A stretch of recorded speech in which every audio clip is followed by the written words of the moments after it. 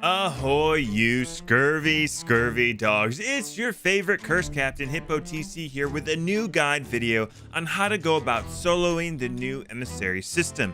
I get asked a lot of questions about solo slooping and wanted to give you some of the best tips and tricks out there. Before we get started, if you enjoy this content and you find it helpful, please hit that subscribe button.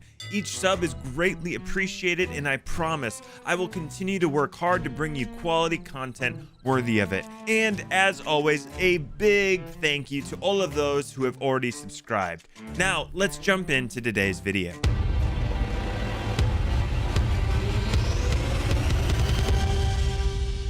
With the introduction of the new Emissary system, Revive system, and the Reaper Bones trading company, one thing has become clear. Trying to solo sloop in the Sea of Thieves has become a bit more challenging, and by a bit more, I mean a whole ton more challenging, especially if you want to grind out the Emissary system and rank up.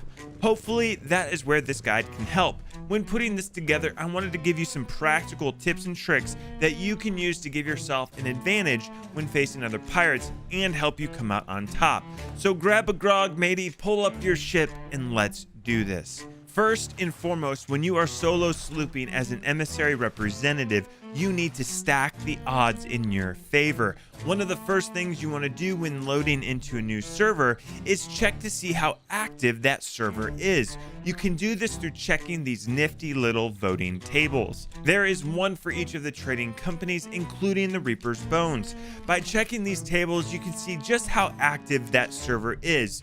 Most experienced players will be rocking the Emissary system, so finding a server with 3+ ships doing Emissary means you're probably on an active server of seasoned pirates. You will also want to be on the lookout for those bloodthirsty Reapers by checking the Reaper Bones Emissary table and by paying close attention to your map. If you load in and see there's a Reaper on the server and you're wanting to stack the odds in your favor, my recommendation would be to leave and find a new server. As a bloodthirsty, scurvy dog like myself, this hurts me to recommend it. But I understand as a solo sloop who may not want to PvP as much as I do, you want every advantage you can get. So finding a less active server is going to be your safest bet. Once you find a less active server, the next thing you want to do is make sure you are optimizing your Emissary grind with the most efficient methods. I have put together a farming guide where I cover how to do this very thing for each of the trading companies, so make sure to check that out. Now that you have found the best server and understand the best ways to farm your Emissary, the next thing you want to do is become the best solo slooper you can be. Now, I already have a full guide on this that covers the top 5 best tips for you as a solo slooper. I cover mastering your ship, mastering your weapons, best foods and health regen, and even an inspirational message on keeping your wits as a pirate. So stop what you're doing and go watch that video. Another thing worth mentioning is a well-supplied ship is very difficult to sink, so make sure to load your ship up with supplies. A good way to do this quickly is to check all the barrels at an outpost, find a rowboat on an island, find a storage crate, or stop at a fort for supplies. The best thing to do, though, in my humble opinion, as a solo slooper, is to try to find a rowboat or a storage crate. You can use the crate to quickly load up supplies, and a rowboat comes in handy big time just in case you need to make a sneaky getaway. Now that you are ready to set sail, here are some things to help you survive out there with that big, beautiful Emissary target on your back. Always, and I mean always, keep your eyes and your spyglass on the horizon.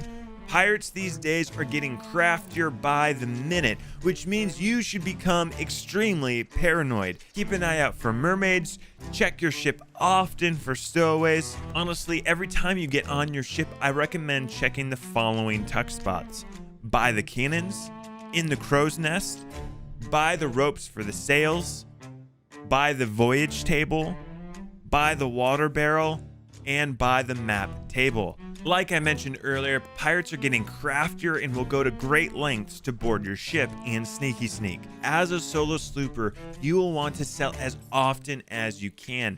It is not recommended to hoard treasure on your ship. Now again, I'm giving you advice opposite of what I really want you to do, and that is stack that beautiful treasure to the stars. Speaking of stars, have you ever looked up and wondered, aliens, are they real? I mean, think about it. Think about it. Are they real? We'll never know. Anyway, some more good advice for you is to always be ready for a fight. This means you have the best food on you at all times. Your weapons are locked and loaded. You have cursed cannonballs, blunderbombs, firebombs. I mean, you are ready to fight anyone at any given moment. As a solo slooper, you only have yourself to rely on. So make sure to give yourself the best odds by having the best stuff on you at all times. Always ask what if. What if a skelly ship spawns on me? What if Karen spawns on me? And Lord help us all if Karen spawns on us. Constantly be thinking and planning ahead. Sail around big islands to make sure there's no one else there before you stop.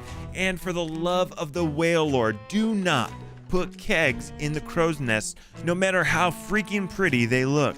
They are a death sentence as a solo slooper. You don't need kegs on your ship, period. If you find yourself in a situation where you are being chased and you want to turn in your flag, make sure your parking is on point at the outpost. This means using your anchor. If you only raise your sails to park and your ship drifts too far, you will be unable to vote down your flag, giving that enemy plenty of time to start filling your poor sloop with cannonballs. Once you've lowered your flag, you now have nothing to lose, which makes you dangerous. So lower that flag, get those rewards, and go out guns a-blazing. You may lose the fight, your flag, and even your loot, but you will gain experience, and that, my pirate friend, is priceless. With all of this being said, I've put together a lot of guide videos diving further into PvP tips and tricks, ship combat, blunderbombs, chain shots, even a freaking video with charts showing you all the things you need to know